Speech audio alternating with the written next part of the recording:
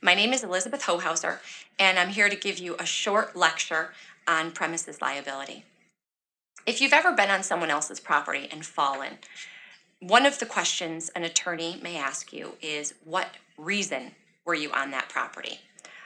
The reason we want to know is because your legal status or your legal relationship changes depending upon what your purpose was on the property. We have three terms that describe the different statuses involved in a premises liability action.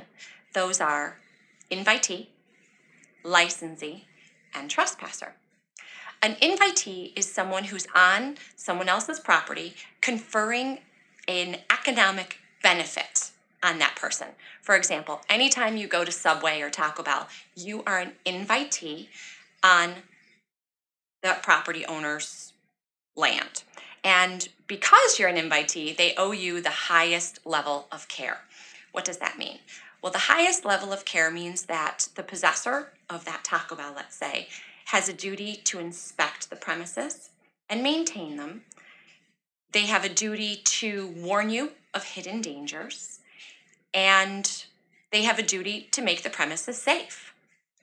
Now, if you are on someone else's property as a licensee, you are a social visitor. And that means that the person who owns the property has a little bit less of a duty towards you.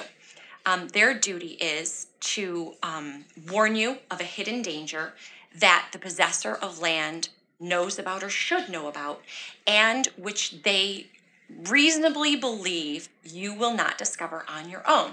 And in fact, you don't discover it on your own. My favorite example is a shaky handrail. You go to a party, you go out on the deck, and the handrail of the deck looks perfectly safe. There's nothing about it that indicates to you, uh-oh, better not lean against that handrail. So you go and you lean against the handrail and you fall over the deck. Well, the question becomes, did the owner of the property know that the handrail was shaky, or should he have known? Known or should have known? Then, did he warn you? Or did he try to fix it and just do a bad job? So his duty to you would be to warn you of something you wouldn't discover on your own. That's the biggie with a licensee, a social visitor. Then, of course, we have a trespasser. And generally, an owner of land owes no duty to a trespasser. But that changes a little bit if you're doing something willful or malicious to hurt trespassers. So you may not keep a loaded spring gun at your door ready to impale robbers. Can't do that to a trespasser. But other than that, you don't owe a trespasser a duty.